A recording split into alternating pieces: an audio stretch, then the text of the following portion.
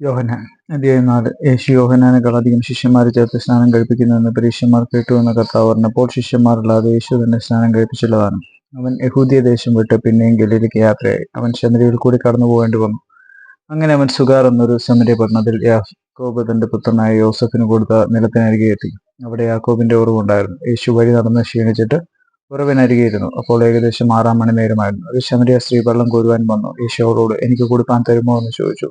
അവന്റെ ശിഷ്യന്മാർ ഭക്ഷണ സാധനങ്ങളെ കൊള്ളുവാൻ പട്ടണത്തിൽ പോയിരുന്നു. ശമര്യ സ്ത്രീ അവനോട്, നീ യഹൂദനായിരിക്കെ ശമര്യക്കാരത്തിയായ എന്നോട് കുടിപ്പാൻ ചോദിക്കുന്നത് എങ്ങനെയെന്ന് പറഞ്ഞു. യഹൂദന്മാർക്കും ശമര്യർക്കും തമ്മിൽ സമ്പർക്കമില്ല.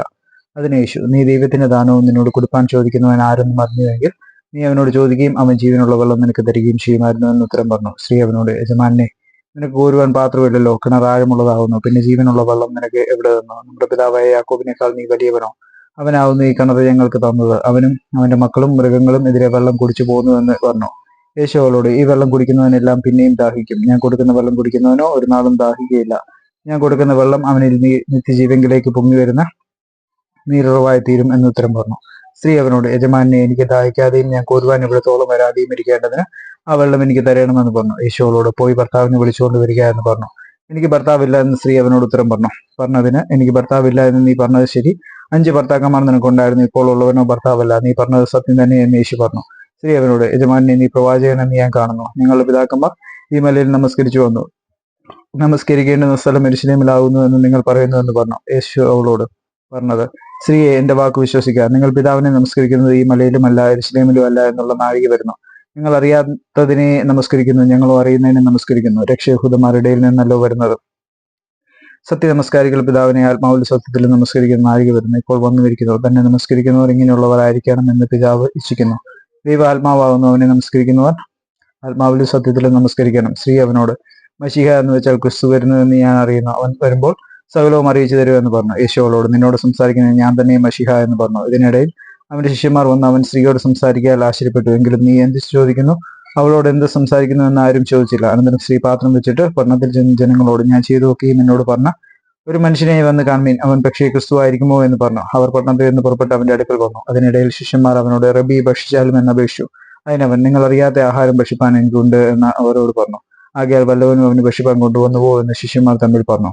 യേശു അവരോട് പറഞ്ഞത്, എന്നെ അയച്ചവന്റെ ഇഷ്ടം ചെയ്ത് അവന്റെ പ്രവൃത്തി തികയ്ക്കുന്നത് തന്നെ എന്റെ ആഹാരം. ഇനി 4 മാസം കഴിഞ്ഞിട്ട് കൊയ്ത്ത് വരുന്നതെന്ന് നിങ്ങൾ പറയുന്നില്ലയോ? നിങ്ങൾ തല പൊക്കി നോക്കിയാൽ നിലങ്ങൾ ഇപ്പോൾ തന്നെ കൊയ്ത്തിന് വെളുത്തിരിക്കുന്നത് കാണുമെന്ന് ഞാൻ നിങ്ങളോട് പറയുന്നു. വിതയ്ക്കുന്നവനും കൊയ്യുന്നവനും ഒരുമിച്ച് സന്തോഷിപ്പാൻ തക്കവണ്ണം കൊയ്യുന്നവൻ കൂലി വാങ്ങി നിത്യജീവനിലേക്ക് വിളവ് കൂട്ടിവെക്കുന്നു. വിതയ്ക്കുന്നത് ഒരുത്തൻ, കൊയ്യുന്നത് മറ്റൊരുത്തൻ എന്നുള്ള പഴഞ്ചൊൽ ഇതിൽ ഒത്തിരിക്കുന്നു. നിങ്ങൾ അധ്വാനിച്ചിട്ടില്ലാത്തത് കൊയ്യുവാൻ ഞാൻ നിങ്ങളെ അയച്ചിരിക്കുന്നു.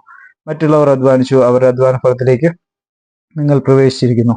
ഞാൻ ചെയ്തു നോക്കി അവൻ എന്നോട് പറഞ്ഞതെന്ന് സ്ത്രീ സാക്ഷ്യം പറഞ്ഞ വാക്ക് നമുക്ക് ആ പട്ടണത്തിലെ പല ശമര്യരും അവനിൽ വിശ്വസിച്ചു. അങ്ങനെ ശമര്യർ അവന്റെ അടുക്കൽ വന്നു തങ്ങളോടുകൂടെ പാർക്കണമെന്ന് അവനോട് അപേക്ഷിച്ചു. അവൻ 2 നാൾ അവിടെ പാർത്തു. ഏറ്റവും അധികം പേർ അവന്റെ വചനം കേട്ട് വിശ്വസിച്ചു. ഇനി നിന്റെ വാക്കുകൊണ്ടല്ല നിങ്ങൾ വിശ്വസിക്കുന്നത്, ഞങ്ങൾ തന്നെ കേൾക്കുകയും അവൻ സാക്ഷാൽ രോഗരക്ഷിതാവ് എന്ന് അറിയുകയും ചെയ്തിരിക്കുന്നു എന്ന് സ്ത്രീയോട് പറഞ്ഞു. 2 ദിവസം കഴിഞ്ഞിട്ട് അവൻ അവിടെ വിട്ട് ഗലീലയിലേക്ക് പോയി. പ്രവാചകൻ തന്റെ പിതൃദേശത്ത് ബഹുമാനമില്ല എന്ന് യേശു തന്നെ സാക്ഷ്യം പറഞ്ഞിരുന്നു.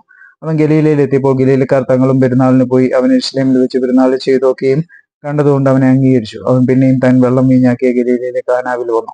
അന്ന് മകൻ രോഗിയായിരുന്ന ഒരു രാജഭൃത്യൻ കഫർന്നഹൂമിലുണ്ടായിരുന്നു. യേശു യഹൂദ്യ ദേശത്ത് നിന്ന് ഗലീലയിൽ വന്നു എന്ന് അവൻ കേട്ട് അവന്റെ അടുക്കൽ ചെന്ന് തന്റെ മകൻ മരിപ്പാറായിരിക്കൊണ്ട് അവൻ വന്ന് അവന്റെ സൗഖ്യമാക്കണമെന്ന് അപേക്ഷിച്ചു. യേശു അവനോട്, നിങ്ങൾ അടയാളങ്ങൾ അത്ഭുതങ്ങളും കണ്ടിട്ടില്ലാതെ വിശ്വസിക്കില്ല എന്ന് പറഞ്ഞു.